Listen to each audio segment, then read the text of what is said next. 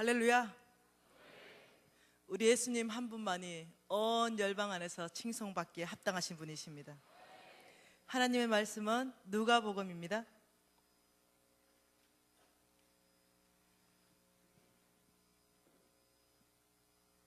8장입니다.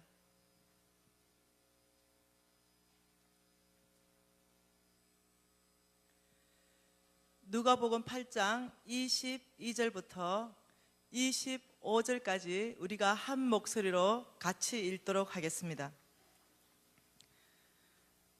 하루는 제자들과 함께 배에 오르사 그들에게 이르시되 호수 저편으로 건너가자 하시매 이에 떠나 행선할 때에 예수께서 잠이 드셨더니 마침 광풍이 호수로 내리치매 배에 물이 가득하게 되어 위태한지라.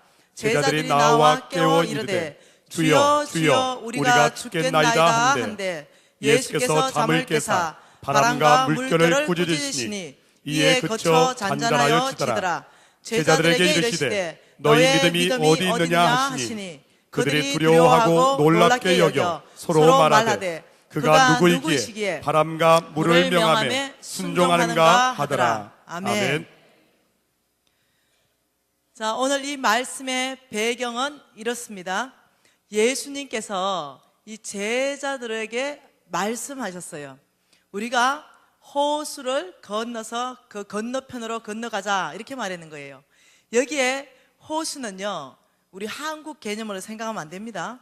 바다 같은 호수예요. 이 엄청난 호수를 말하는 거예요. 그런데 그 건너가는 도중에 문제가 발생했습니다. 어떻게 됐냐면 광풍이 일었다라고 이렇게 얘기하는 거예요. 그러니 이 광풍이 얼마나 센 광풍인지 이 배에 물이 가득하게 되어서 죽게 되었다, 지금 이렇게 얘기하는 거예요. 굉장히 위태하게 되었다. 자, 여러분, 이 시대의 그 제자들은요, 그 지방 사람들이었어요. 익숙합니다. 바다 같은 호수에서 늘 물고기를 잡았어요. 두렵지가 않죠. 네, 늘 겪어왔던 거죠. 이 정도 강풍쯤이야 내 힘, 내 지혜, 내 경험, 총동원해서 그 강풍을 해결하려고 노력합니다. 자, 배에 물이 가득하니까 먼저 제자들이 뭐 했겠어요? 모든 제자들이 바가지를 들고 물을 바깥으로 버려라 해서 다 물을 퍼내기 시작했습니다. 그런데도 물이 더 차니까 이 배가 위태하게 되니까 있는 짐을 일단 버리기 시작했어요. 자, 그리고 어떤 제자는 돛을 더 힘껏 잡아라. 이 방향으로 저 방향으로 할 수 있는 모든 기술과 힘을 다 동원해서 그 위기를 헤쳐나가려고 했을 거예요. 그런데 문제는 해결되지 않고 점점점 더 위기 상황 가운데 빠져간 거예요. 이 마지막 방법이 하나가 남았습니다. 예수님을 깨워서 우리 죽게 되었다고 얘기 좀 해야 되겠다. 그리고 제자가 예수님을 깨우러 갔습니다. 예수님, 우리가 죽게 되었어요. 좀 우리를 좀 돌봐주세요. 예수님이 일어나셨죠? 예수님이 일어났는데 여러분 한번 생각해 보세요. 이 제자들이 힘들었을 것 같아요. 왜? 밤새도록 그 강풍을 맞서서 물을 퍼낸 제자, 돛을 잡은 제자. 어떤 제자는 너무 강풍이 심하니까 아마 멀미도 심각하게 했을 것 같아요. 제가 어느 날 이 낚시하러 갔을 때요, 이 배멀미는 굉장히 힘든 거더라고요. 밤새도록 수고한 이 제자들이 예수님이 깨웠을 때 우리 예수님께 뭘 기대할까요? 여러분 뭘 기대하십니까? 예수님이 얼마나 고생이 많았냐, 너 참 수고 많이 했다, 위로하고 다독거려주고 우리를 품에 꽉 안아주시면서 뭐라고 하시냐면 걱정하지 마라, 내가 이 강풍을 다 해결하겠다라고 말씀하셔야 되는 거예요. 그런데 우리 예수님 벌떡 일어나셔서 한마디 하시는 거예요. 너의 믿음이 어디에 있느냐? 여러분 어떻게 생각하세요? 제가 제자라면 마음이 무지 어려울 것 같아요. 지금 밤새도록 죽을 고생을 했는데 지금 이게 믿음 문제를 얘기할 때인가요? 제가 죽게 생겼는데요, 이 강풍 때문에 내 목숨이 지금 위태하게 생겼는데요, 믿음 얘기는 일단 좀 건너가서 얘기하십시다. 일단 배가 육지에 좀 닿고 그때 좀 말씀 얘기하십시다. 이렇게 해야 정상인 거거든요. 그런데 지금 죽게 생겼어요. 그 가운데 일어나셔서 주님이 손을 내미시는 거예요. 어떻게? 너의 믿음을 보이라, 이렇게 말씀하시는 거예요. 이 지금 보통 어려운 문제가 아니에요. 이 지금 보통 마음이 지금 이 상하는 문제가 아니라는 거예요. 자, 여기에서 왜 예수님은 너의 믿음을 지금 요구하고 계실까요? 강풍과 믿음과 도대체 어떤 상관관계가 있냐는 것이죠. 여러분, 이 배는요, 성경에서 읽어보면은 우리의 삶을 얘기하는 거예요. 그리고 이 바다는요, 우리의 인생의 여정입니다. 이 세상 전체를 얘기하는 거예요. 여기에 폭풍은요, 우리가 이 세상 이 항해해 나갈 때 우리에게 부딪혀 오는 환경, 사람, 어떤 사건, 이런 것을 이 폭풍, 광풍에 비교했어요. 자, 그러면 제가 질문이 있다는 거죠. 이 강풍이 만났을 때 이 우리의 인생 가운데 이 강풍이 올 수 있다는 거예요. 자, 그런데 질문하는 거예요. 우리의 인생 가운데 강풍은 뭐냐는 거죠. 자, 주님을 힘있게 따라가기를 제가 결정한 거예요.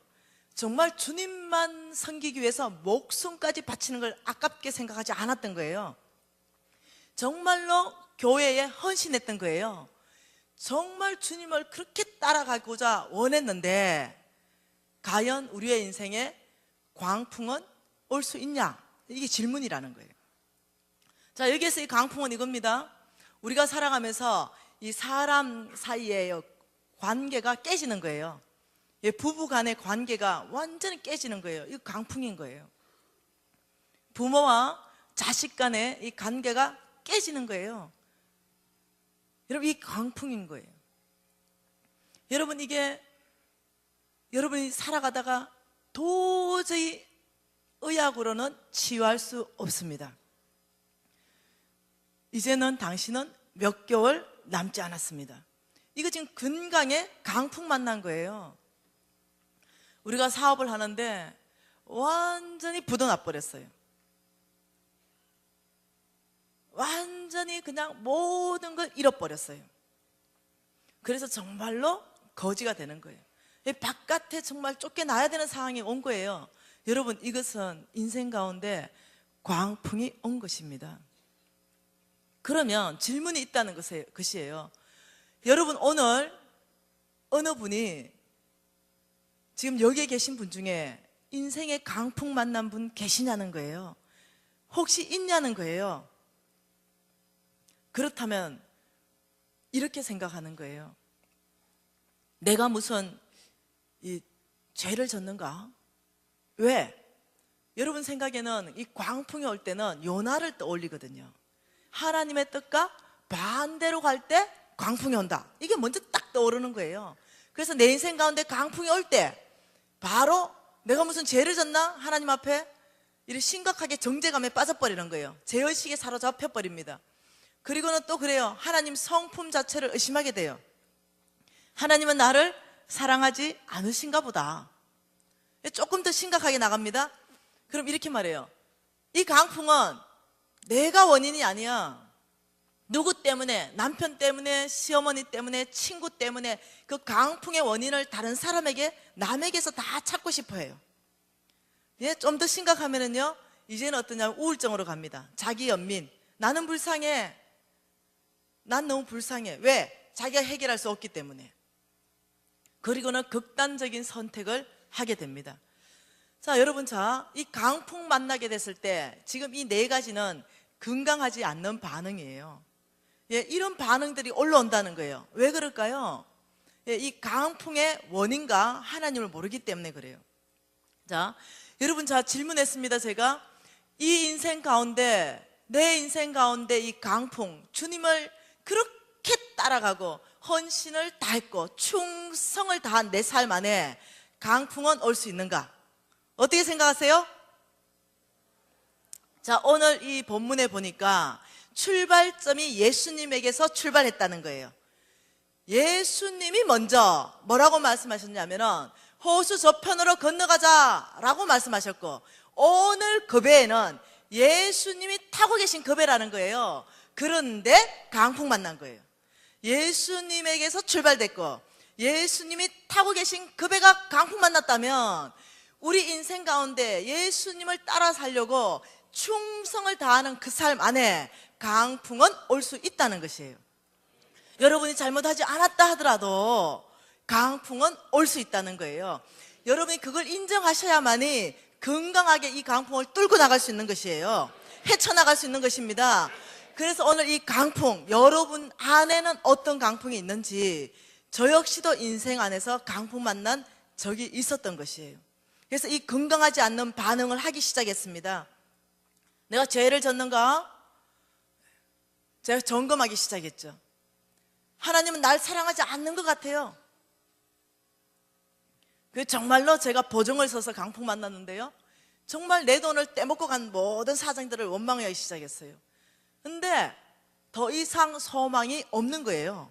그러니까 자기 연민에 빠졌습니다. 이런 현상들이 나 안에 다 일어나는 거예요.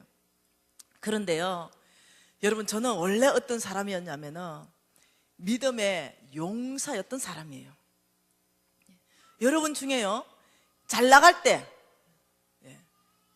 저는 잘 나갔던 사람이에요. 나라와 나라 상대로 무역을 했던 사람이에요.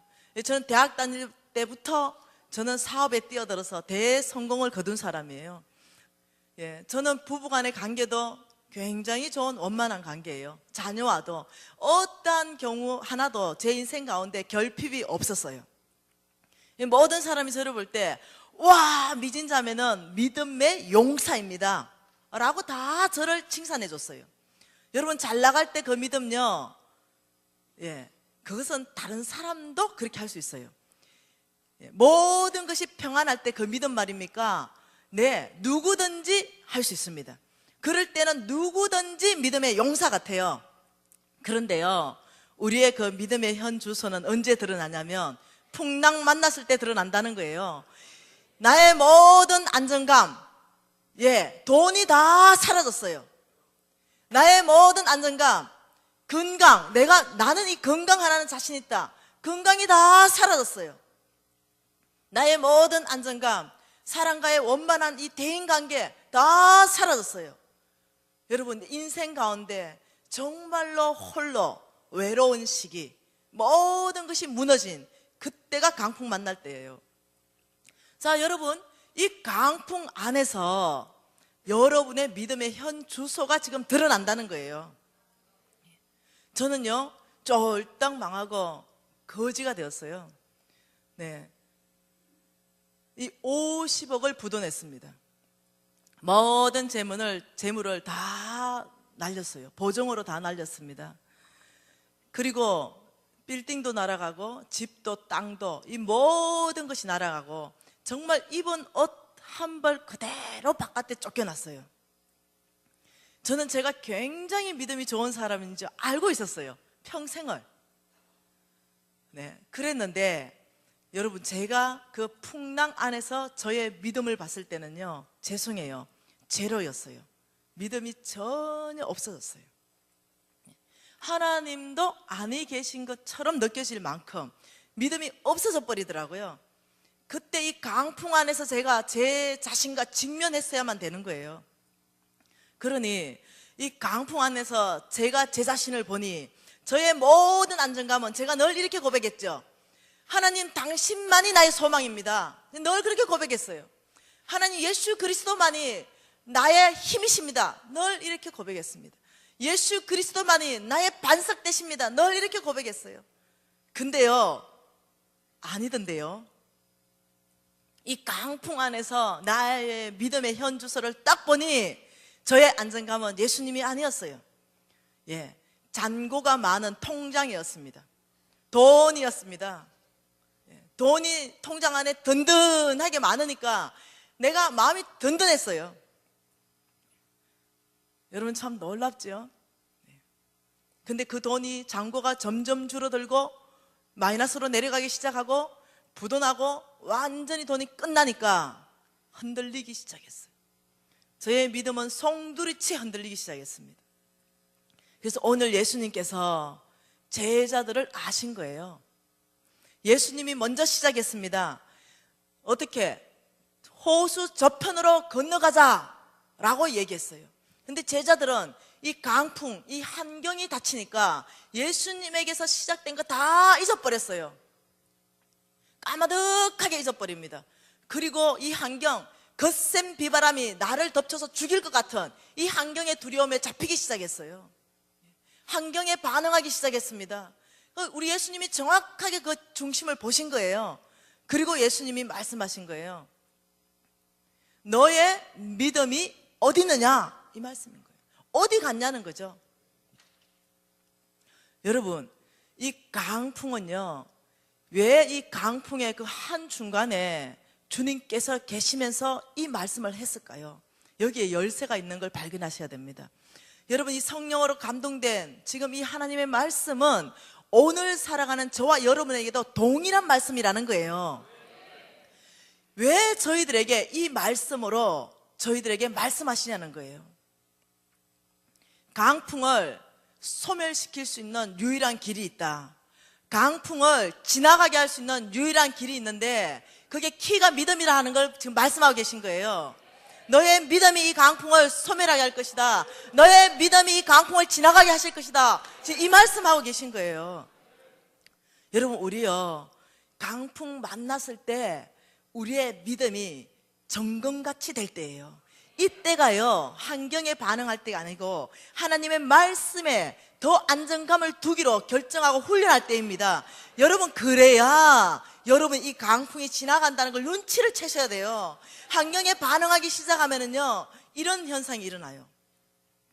항해하던 배가요, 강풍 만나면요, 짐을 다 버리고 배가 이쪽으로 기울어지면 사람들을 반대쪽으로 다 옮겨가요. 그래서 사람들이 옮겨가는 무게 때문에 배가 반대쪽으로 기울어져요. 그러면 사람들이 또 반대쪽으로 와르르 또 옮겨가요. 그러면 점점점 이게 이 진동이 커져요. 그래서 결국은 뒤집혀요. 왜? 환경의 두려움에 잡힌 사람들이 환경 보고 반응하기 시작하기 때문에 그래요. 그래서 선장이 방송합니다. 제발 그 자리에 가만 계세요. 가만 못 있어요. 환경에 잡혀버리면 그 자리에 있을 수가 없습니다. 왜? 두려움 때문에. 나의 지혜, 나의 힘, 나의 능력, 나의 경험, 이 모든 것들로 해결하려고 발부둥치기 시작한다는 거예요. 근데 여러분, 태풍이 오면은요, 태풍 눈 안이 가장 고요합니다. 태풍 밖에서 그걸 해결하려면 전체 안에 휘둘려요. 그런데 그 태풍 눈 안은 가장 고요한 곳이에요. 주님과 독대하는 자리입니다. 여러분이 강풍을 만났을 때는 그 눈 안으로 가셔야 되는 거예요. 주님과 독대해야 되는 겁니다. 왜? 그 안에서 주님께서 말씀하시기 때문에 그래요. 여러분, 우리 주님께서는요, 여러분의 믿음을 환경에 두기를 원하지 않으세요. 저와 여러분의 믿음을 오직 하나님의 말씀에 기반을 두기를 원하신다는 거예요.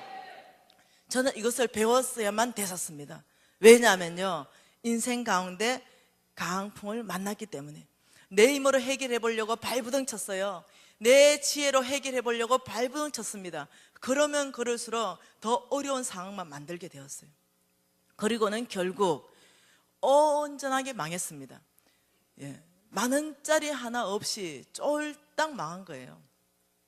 저는요, 이 상위 1%로 살았던 사람이에요. 내 평생에 돈이 없어서 망하게 되는 날, 저는 0.1%도 생각해 본 적이 없습니다. 왜? 그런 일은 일어날 수가 없었거든요. 예, 그만큼 재정이 탄탄했다는 거예요. 그런데요, 강풍을 만난 거예요. 그리고 이 강풍 안에서 내가 어떻게 반응해야 되는가? 네, 그것을 성경 안에서 답을 찾기 시작했다는 거예요. 주님이 이 강풍 안에서 이 강풍을 정말 나에게서 이걸 물리쳐 주시기를 원하고 잠잠하게 하기를 원하는데, 오늘 제자들에게 말씀하신 이 말씀을 동일하게 저에게 하셨습니다. 너의 믿음을 보이라. 근데요, 이 믿음 자체가 없는 거예요. 하나도 없는 거예요. 제로. 여러분, 어떻게 하실래요? 지금 주님께서 이 강풍 안에서 너의 믿음을 보이라 하는데 믿음이 하나도 없는 상태에서 어떻게 믿음을 보이실래요? 여러분, 질문 하나 할게요. 믿음이 충만하면은, 믿음이 많으면은 믿음으로 사라진다. 아멘입니까? 안 사라져요.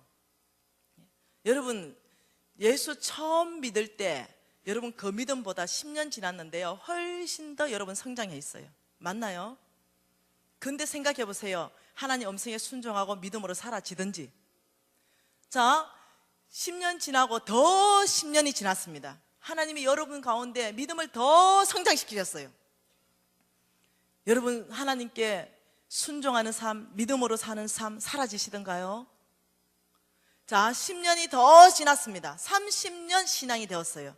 그런데 여전히 여러분의 고민은 뭡니까? 믿음으로 안 사라지는 것 때문에 고민이 되고, 하나님 말씀에 순종하지 않는 것 때문에 고민하는 거예요. 여전히 고민은 30년 전이나 30년 후나 똑같다는 거예요. 왜 그럴까요? 믿음은 엄청나게 성장했는데 왜 사라지지 않느냐는 거죠. 여러분, 비밀을 아셔야 돼요. 믿음으로 사는 삶은 믿음으로 사라지는 게 아니에요. 믿음으로 사는 삶은 훈련을 통해서 사라지는 거예요. 하나님의 말씀을 그대로 믿고 훈련하는 삶을 통해서 그 훈련 가운데 하나님을 경험하기 시작하고, 하나님을 경험하는 그것이 내가 믿음으로 살 수 있는 영적 근육들이 만들어지면서 믿음으로 살 수 있는 사람으로 나아가기 시작하는 거예요. 믿음이 하나도 없는 저에게는 이것은 복음이었어요. 네. 왜? 너의 믿음을 보이라는데 믿음이 하나도 없었기 때문에, 보일 수 있는 믿음 자체가 없었기 때문에. 그런데 주님이 저에게 복음을 준 거는, 괜찮다, 아버지 믿음이 없어요 라고 제가 얘기했어요. 그런데 우리 하나님께서 저한테 이렇게 말하는 거예요. 네가 말씀으로 이 우주 만물 전체를 창조하신 하나님을 믿느냐라고 물으셨습니다. 제가 아멘 이라고 대답했어요. 남정네를 알지 못하는 동정녀 마리아에게서 우리 예수 그리스도가 탄생한 걸 네가 믿느냐 물으셨습니다. 제가 아멘 이라고 물었죠. 대답했습니다. 우리 하나님이 저를 위로하기 시작했어요. 네가 이것을 믿는다면 너는 믿음이 있다 라고 말씀하신 거예요. 저는 믿음이 하나도 없다 생각했는데, 네가 이 두 사실을 믿으면 너의 믿음은 크다 라고 말씀하신 거예요. 왜냐하면 여러분, 바깥에 나가서 이 사실을 얘기해 보세요. 이 비밀을 알지 못하는 사람한테 얘기해 보세요. 뭐라고 얘기하냐면, 죄송해요, 미쳤다 이렇게 얘기하는 거예요. 여러분, 예수 믿지 않는 사람한테 하나님이 신이신데 말씀으로 창조했습니다 이래 보세요. 절대로 우리를 믿지 않아요. 우리를 오히려 광신자다, 미쳤다 라고 표현하는 거예요. 어떻게 처녀가 애를 낳느냐? 절대 안 믿으시는 거예요. 안 믿으신다니까요. 그런데 우리는 적어도 아무리 믿음이 없어도 그 두 가지 사실은 부인하지 않는 거예요. 이 두 가지 사실은 믿는 거예요. 그러면 여러분 믿음이 있는 거예요. 출발할 수 있다는 것입니다. 주님이 저에게 격려하기 시작했습니다. 너 안에 이미 믿음의 씨가 있다. 그것으로 출발하라. 네가 이 말씀에 너의 믿음을 옮기는 것을 훈련하기 시작할 때 너는 믿음이 태산같이 성장하게 될 것이라고 말씀하기 시작한 거예요. 저는 출발이, 여러분, 풍랑 만나고는 믿음이 제로된 상태에서 다시 시작하기로 결정했어요. 다시 제가 회복하기로 결정했죠. 제가 믿음이 제로인 상태에서 시작하고 회복하고 하나님 말씀에 안정감을 두는 걸 결정하고, 이 모든 훈련하는 과정 안에서 하나님은 신실하게 말씀이 현실적으로 나의 것 되게 만들어 주셨어요. 그러면서 제가요, 이 모든 풍랑을 헤쳐나갑니다. 이 모든 풍랑을 뚫어갈 수 있는 힘이 이 말씀 안에서 오기 시작했어요. 제가 계산해 봤어요. 이 50억 빚지고 모든 빚쟁이들이 저에게 왔는데 50억 못 갚으니까요, 이자가 금방 50억이 불어났어요. 100억 됐어요. 이 두 번이나 아주 극단적인 선택을 제가 했었죠. 그런데요, 제가 계산해 보니까 1000년 걸려요. 빚 갚으려니까. 100만 원씩만 갚아도, 여러분 100만 원 안 갚아지잖아. 100만 원씩만 갚아도 1000년이라는 계산법이 나오니까요, 우와, 어떡하냐 라는 생각이 들었어요. 그런데 주님이 이렇게 말했습니다. 너가 할 수 있는 최선의 일, 이것이 나에게 필요하다. 너가 할 수 있는 최선의 일을 하게 되면 나의 능력 1억을 곱해서 역사하겠다. 근데 너의 할 수 있는 최선의 1이 없으면, 0이면 나의 능력 1억을 곱해도 0이다. 너가 할 수 있는 너의 믿음의 최소한의 1, 이것만 나에게 필요하다 라고 말씀하셨습니다. 그래서 제가 내가 할 수 있는, 이 상황에서 할 수 있는 나의 최선의 1을 가지고 하나님 앞에 나가기 시작했습니다. 그건 작은 것이었어요. 그건 보잘것없었는 것입니다. 왜? 믿음도 제로의 상태에서. 근데 그러기 시작하고 그 100억의 빚을 다 갚는 데까지 정확하게 걸린 시간이 4년 반이 걸렸습니다. 저는 4년 반 만에 그 모든 100억의 빚을 다 청산할 수 있었어요. 왜냐하면은 주님께서 비밀을 저에게 가르쳐 주신 게 있었거든요. 이 비밀은 하나님 나라의 재물에 대한 비밀이었습니다. 하나님의 나라에는 태초에 하나님이 천지를 창조하셨는데 끝났어요. 끝났어. 더 이상이 없어. 왜? 아무것도 없을 때 태초에 그분이 주인이다. 지금 이 말인 거예요. 하나님만이 주인이다. 지금 이 말인 겁니다. 여러분, 이 눈에 보이는 모든 것, 땅, 모든 것, 토지, 여러분 건물, 여러분 아직 매장된 다이아몬드, 여러분 눈에 보이는 모든 보화, 이거는요 근본적인 주인은 그분이라는 거예요. 생각 한번 해보세요. 여러분 다 끼고 있는 그 반지, 여러분 돈으로 사도 여러분 그 원자재가요 천지 창조 때 만들어 놓은 강물이라니까요. 원래 소유주가 그분이라니까요. 여러분 이 종이 여러분이 아무리 돈 주고 사도 여러분 원자재가요 그분이 천지 창조 때 만드신 나무에서 우리가 이걸 축출했다니까요.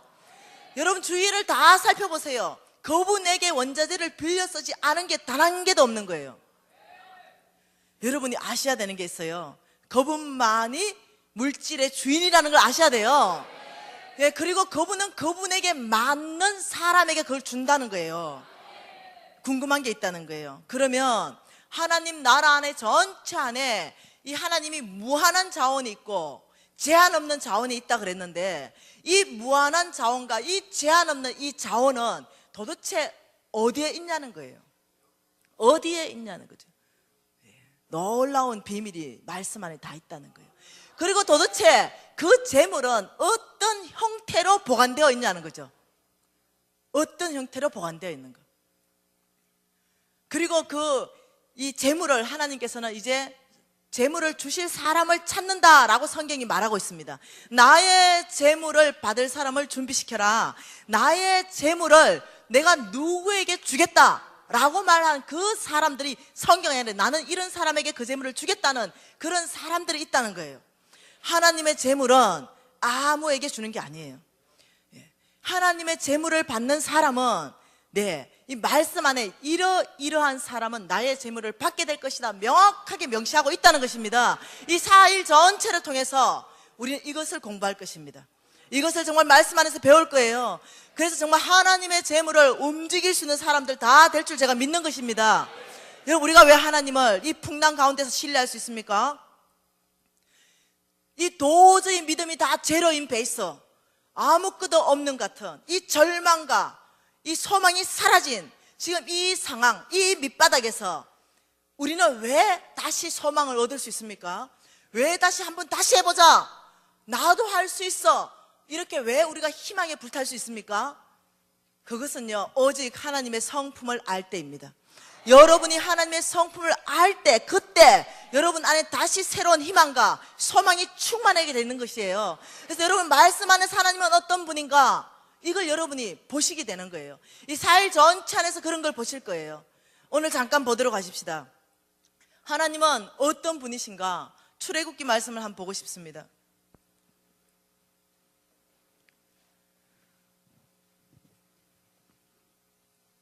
여러분 출애굽기 3장 말씀을 보기 위해서 먼저 2장 23절과 4절 말씀을 보도록 하겠습니다.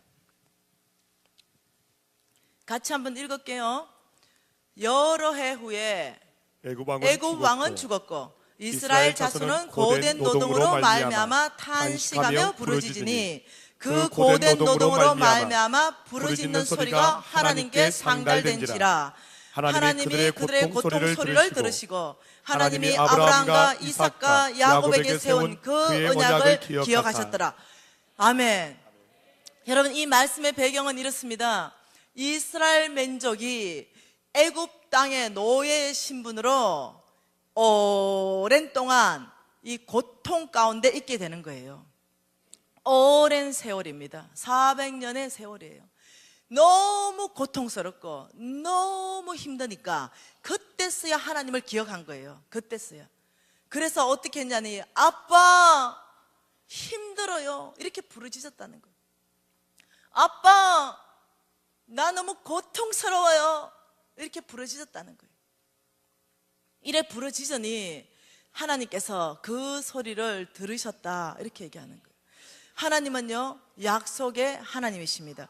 하나님이 약속한 그 약속은요, 절대로 변개하지 않으세요. 그래서 신실하신 하나님이십니다. 그 하나님이 아브라함과 이삭과 야곱의 약속, 언약을 기억했다, 이 말은요, 여러분 중요한 얘기입니다. 여기 담임 목사님이 말씀하시는 그 장자권의 약속이라는 그 약속이에요. 여러분, 그 하나님이 기억하시고 그 고통 가운데 어떻게 해결하시는지 우리가 좀 보자는 거예요. 3장 7절 말씀을 우리가 다 같이 또 한번 보겠습니다. 같이 읽어볼게요. 여호와께서 이르시되 내가 애굽에 있는 내 백성의 고통을 분명히 보고 그들이 그들의 감독자로 말미암아 부르짖음을 듣고 그 근심을 알고 라고 얘기한 거예요. 여러분, 우리 여호와께서 이르시되, 하나님은 말씀하시는 분이십니다. 여러분이 하나님 앞에 나아갈 때마다 그분은 말씀하세요.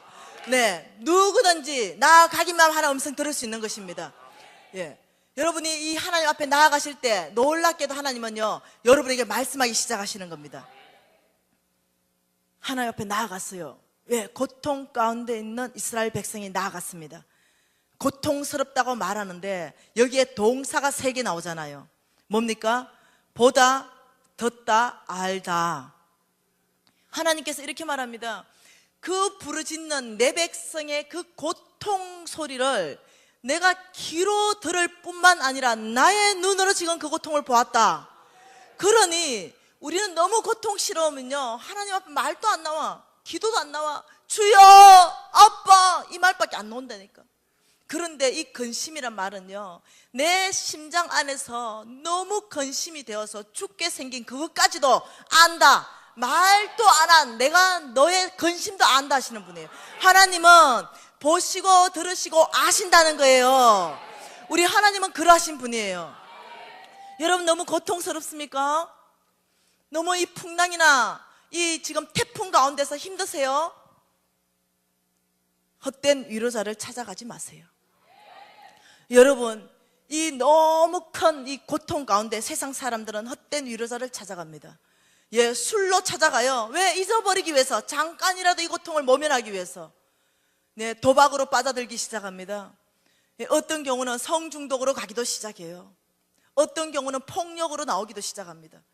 너무 고통스러워서. 어떤 경우에는 헛된 위로자들을 찾아가기 시작해요. 예, 여러분 조심할 게 있습니다. 영적 지도자를 찾아가서 이 문제를 해결받고 싶어 하는 거예요.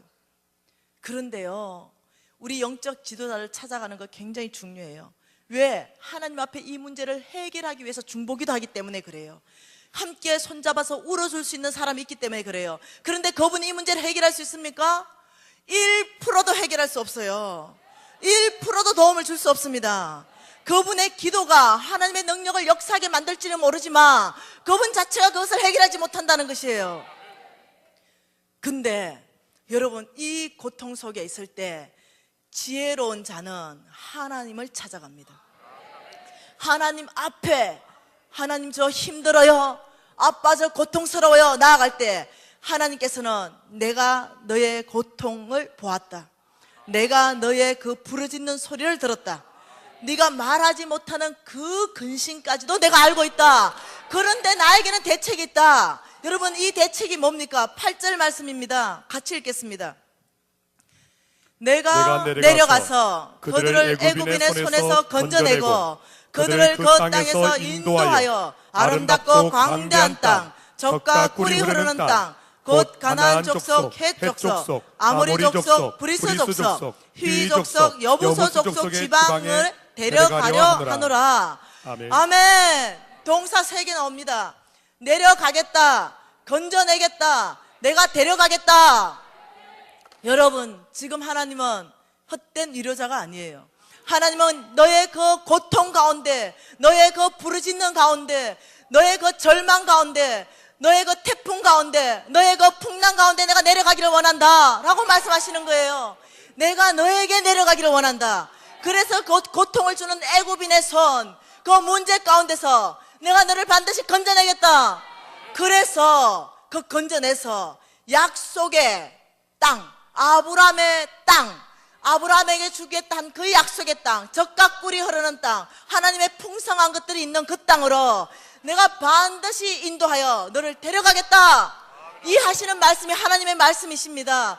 우리 하나님은 여러분하고 다르는 거예요. 지혜가 충만하신 하나님이십니다. 지혜가 완전하신 분이십니다. 모든 경우에 하나님은 해결책을 가지고 계신 분이십니다.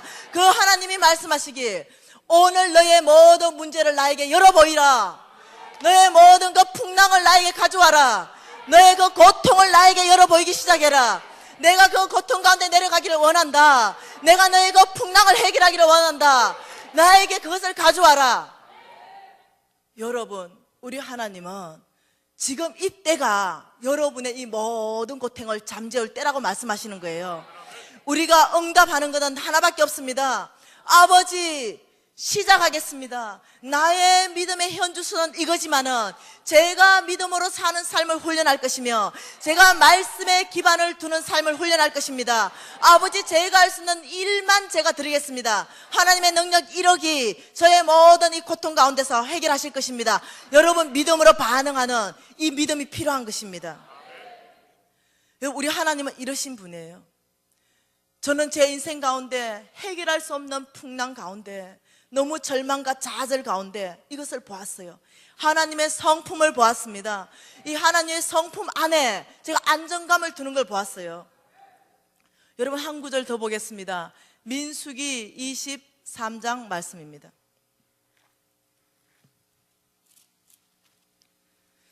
민수기 23장 19절 말씀을 한 번 더 보겠습니다. 같이 읽겠습니다.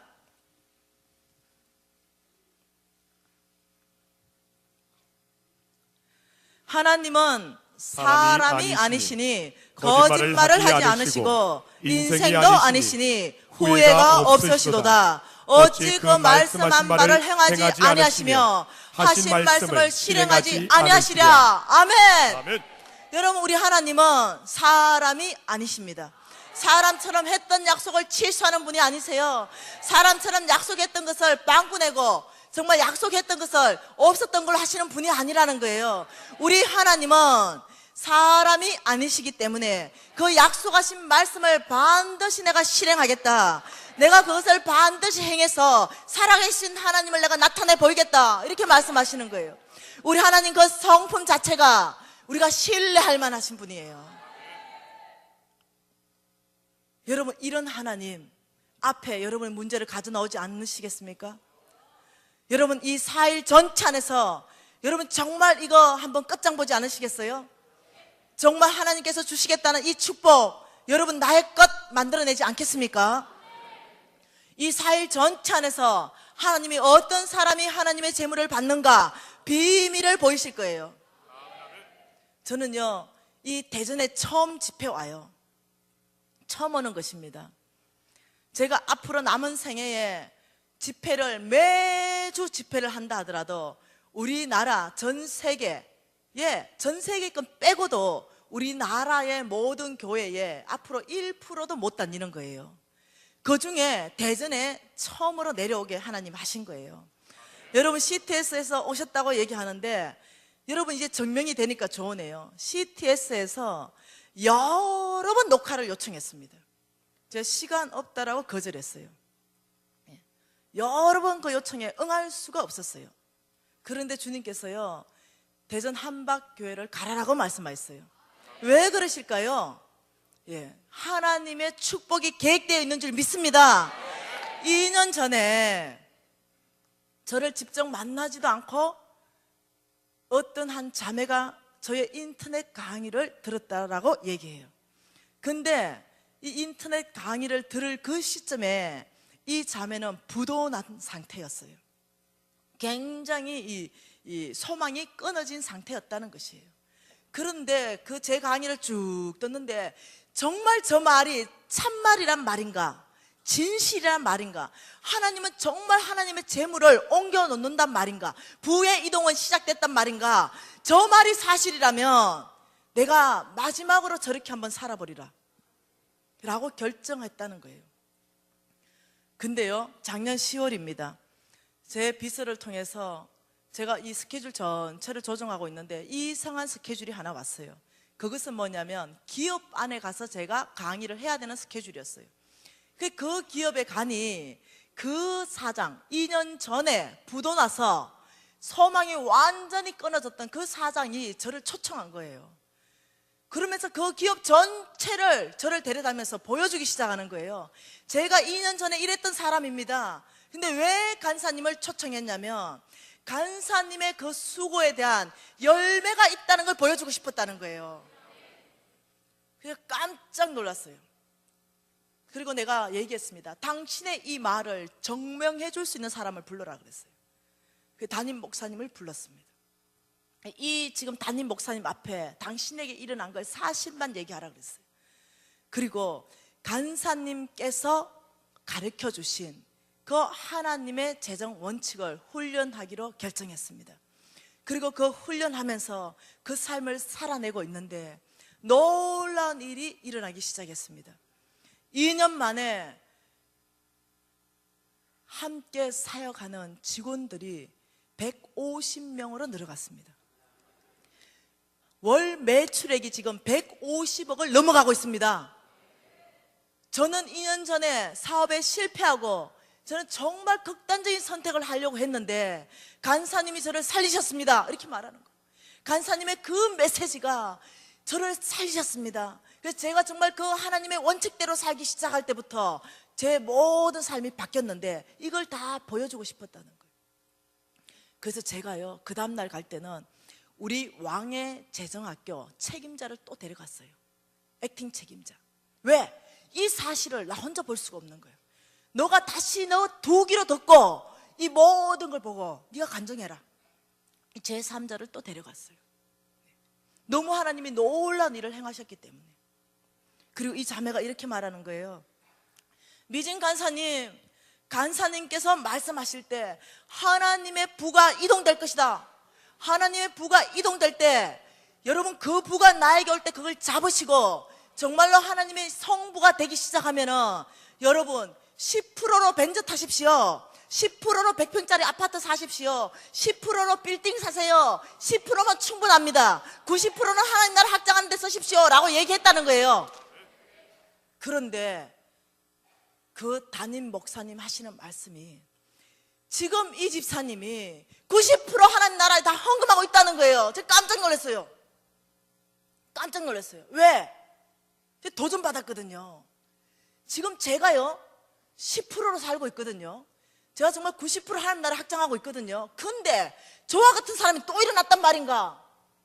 어찌 이럴 수 있단 말인가?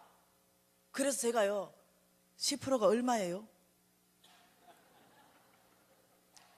왜냐면요 저의 10%는 몇 천만 원밖에 안 돼요. 몇 천만 원이면 살잖아요. 저의 10%는 몇 천만 원밖에 안 되는데 아니 내 강의를 듣고 도전받아서 살은 이 집사님의 10%는 몇 억인 거예요. 몹시 마음이 상했어. 너무 마음이 상해서 주님 앞에 갔습니다. 제가 인격적으로 훌륭한 사람이 못 돼요. 주님이 쓰시는 것은 주의 은혜입니다. 질투가 났습니다. 주님 앞에 갔죠. 이건 또 뭡니까 아버지? 먼저 저에게 더 부어주시고 죄를 더 부어줘야 되지. 이게 뭡니까? 왜 나는 10%가 몇 천만 원이고 왜 저 집 사는 10%가 몇 억입니까? 질투가 났어요. 주님이 물으셨어요. 너 엘리야 기억하냐? 네. 엘리야의 겉옷을 취한 엘리사는 엘리야보다 갑절에 축복을 받았다. 당연히 기름 부으시면 흘러가기 시작할 때 그 겉옷을 취하기만 하면은 배가 되기 시작하는 것이 나의 원리다. 제가요 무릎 꿇어서요 잘못했어요. 아버지 겸손하겠습니다. 그런데 저도 더 축복해 주세요. 이렇게 얘기해요. 여러분, 오늘 저를 하나님께서 대전에 처음 보냈어요. 왜 보냈을까요? 제가 아는 게 있어요. 하나님이 어느 날 산부 예배는 좀 여유가 있다 해서 얘기하는 거예요. 어느 날 새벽에 저를 깨우셨어요. 그리고는 주님이 저에게 말씀하기 시작했어요. 제가 원래 이 재정 강의 하던 사람이 아니에요. 중보기도 영적 전쟁 강의를 하던 사람이에요. 그런데 어느 날 너는 재정, 하나님, 왕의 재정을 받을 사람을 준비시키라 이러는데 깜짝 놀랐어요. 뭔 말인가 이게? 왕의 패밀리 안으로 초청할 사람들을 준비시키라는 거예요. 깜짝 놀랐어요. 아버지, 저는 지금 영적 전쟁 강사인데요? 아니라는 거예요. 너는 앞으로 재정 강의를 하게 될 것이다 라고 말했어요. 아버지, 저 재정 강의 하기 싫은데요? 왜? 그 찌질이 했던 삶 이제는 다 끝났거든요. 저는 이제 서울 한복판 강남에서 잘 나가는 사장님 됐거든요. 기업을 3개나 경영하면서 이제는 그 옛날 거 기억하고 싶지도 않아요. 그런데 주님이 내가 너를 쓸 것이다. 근데 아버지, 한국 안에 어떤 일을 일으키실 건데요? 라고 물었어요. 거대한 부의 이동이 시작됐다 라고 말씀하셨어요. 하나님 나라 안에 거대한 부가 이동할 것인데 나의 부를 받을 사람을 준비시켜라. 제가 깜짝 놀랐어요. 한국을 내가 축복할 것이고 한국 교회를 축복할 것이다.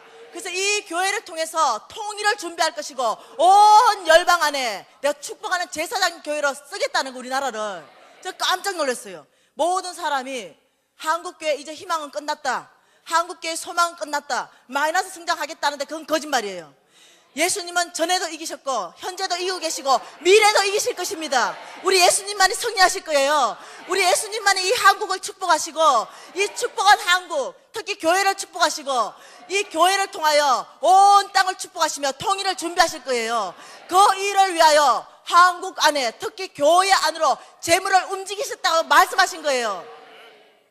여러분, 주님께서 저를 보내신 이유는 오늘 이 대전 한박교회 안에 하나님의 재물을 받을 만한 사람을 준비시켜라, 이 보내신 거라 확신하는 거예요. 여러분, 하나님 나라 안에 재물 받을 사람이 없다는 자체가 너무 안타까운 거예요. 하나님의 재물은 무한한데, 하나님의 재물은 제한이 없는데 받을 사람이 없다는 거예요.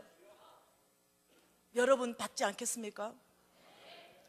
여러분 교회가 받지 않겠어요? 그래서 정말 하나님 나라를 온 땅에 축복하는 그런 교회 되지 않겠습니까? 여러분 교회가 그 축복을 받으려면 여러분이 받으셔야 되는 거예요. 그래야 이 교회 안으로 그 축복이 흘러오기 시작한다는 것입니다. 여러분, 하나님께서 지금 한국을 주목해 보고 계십니다. 우리가 88 올림픽을 지나면서 하나님이 우리나라 안에 어떤 일을 행하셨는지 여러분 다 아시잖아요. 여러분, 88 올림픽 전에 우리나라 여권으로는 갈 수 있는 데가 없었어요. 여권 받기가 하늘의 별 따기였습니다. 88 올림픽을 지나면서 모든 여건이 다 풀렸습니다. 88 올림픽을 지나면서 하나님께서 세계와 어깨를 어떻게 해요? 세계 속에, 전 세계 속에서 한국이라는 나라 전체를 알려버렸습니다. 그 알리는 하나님의 기가 막힌 방법, 축구 4강입니다. 축구 4강이 아니고 올림픽입니다. 이 올림픽을 통해서, 그 이름도 듣지 못하는 올림픽을 통해서 온 세계 안에 코리아가 어디냐 다 알리기 시작했다는 거예요. 그리고 2004년 한일 월드컵 통해서 축구 4강을 통해서 뭐 하셨습니까? 하나님의 방법은 기가 막힌 거예요. 한국과 전 세계는 그때부터는 어깨를 나란히 하게 했습니다. 어깨에서 밀리지가 않았어요. 이제는 동등한 위치로 가기 시작했습니다. 여러분, 18년 평창올림픽을 어떻게 보십니까? 이 평창올림픽을 여러분 지나가면서요, 한국 교회와 한국은요 전 세계를 섬기는 한국으로 하나님이 축복하실 것입니다. 반드시 우리 교회, 우리나라는 그렇게 쓰임 받는데 소망이 정치에 있는 것이 아니라 교회에 있습니다. 그래서 우리 교회가 하나님의 모든 복을 끌어당겨야 된다는 거예요. 그래서 정말 우리 성도들이 지금 깨어서 하나님 앞에 정말 말씀에 나의 기반을 두고 말씀에 나의 안정감을 두기 시작하면서 하나님의 말씀대로 살았을 때 제가 이 복을 받았습니다, 간증하는 사람들이 나와야 된다는 것입니다. 여러분, 이 4일간 안에 하나님이 저에게 보여줬던 모든 비밀들을 말할 것입니다. 여러분, 부의 이동은 우리의 상식을 뛰어넘습니다. 예, 하나님의 부의 이동은 우리의 경험을 뛰어넘어요.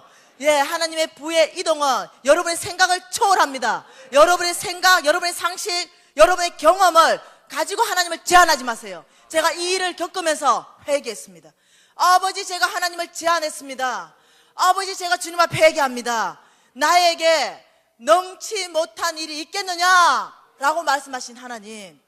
아버지, 제가 하나님을 너무너무 몰라도 몰랐습니다. 저의 상식, 저의 경험으로 안 된다라고 생각했던 거죠. 여러분, 하나님은 되던데요. 여러분, 절망하고 낭망하지 마세요. 하나님이 소망입니다. 여러분이 여러분의 문제 안으로 내려가기 시작하면서 여러분의 절망 가운데 하나님의 소망으로 충만할 줄 믿습니다. 여러분, 문제가 하나님한테 가져오기만 하면 하나님 안에 모든 해결과 답을 하나님이 제시하실 것이에요. 그래서 여러분의 모든 문제 가운데서 여러분을 반드시 건져내실 거예요. 그리고 여러분을 축복하셔서 온 나라를 축복하는 그 사람으로 여러분을 선택하실 것입니다. 여러분, 이 4일간의 집회가 여러분 하나님이 주시는 세컨 찬스일지도 몰라요. 여러분, 이 찬스를 놓치지 마세요. 누구든지라고 말씀했습니다. 학력 좋은 사람을 얘기한 것도 아니에요. 집안 좋은 사람을 얘기한 것도 아닙니다. 돈 많은 사람을 얘기한 것도 아니에요. 누구든지 나의 기준 안으로 들어오라, 누구든지 나의 말씀 안으로 들어올 때 내가 그를 축복할 것이다 라고 말씀하신 그 하나님 말씀 안으로 들어가지 않겠습니까? 여러분, 우리 지금 이때가 믿음을 새롭게 할 때입니다. 믿음이 없는 같은 그 믿음 하나 있는 거, 하나님은 온 우주를 창조했습니다.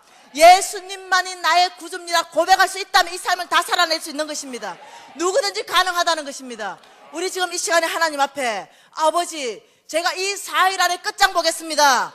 아버지, 이 4일 안에 제 인생의 최고의 날로 만들겠습니다. 아버지, 제가 가지고 있는 모든 생각과 패러다임을 바꾸겠습니다. 여러분이 결정하기 시작할 때부터 성령 하나님이 기름 붓기 시작하는 거예요. 여러분이 열기 시작할 때부터 그만큼 역사하는 거예요. 여러분이 닫고 있는데 밀고 들어가지 않는 것입니다. 여러분이 여셔야 되는 거예요. 여러분, 오늘 지금 주여 통성으로 한번 부르고, 주님, 제가 이 세컨 찬스를 절대로 놓치지 않겠습니다. 아버지가 주신 이 찬스를 나의 것 만들어내겠습니다. 그래서 내가 아버지가 복 먼저 받고 우리 교회를 축복하고 우리 교회를 통하여 온 땅을 축복하는 주인공이 제가 되겠습니다. 오늘 이 시간에 아버지 그 주인공을 저를 삼아 주십시오. 여러분의 믿음을 보이기 시작하십시다. 통성으로 기도하십시다. 주여 한번 부르겠습니다. 주여!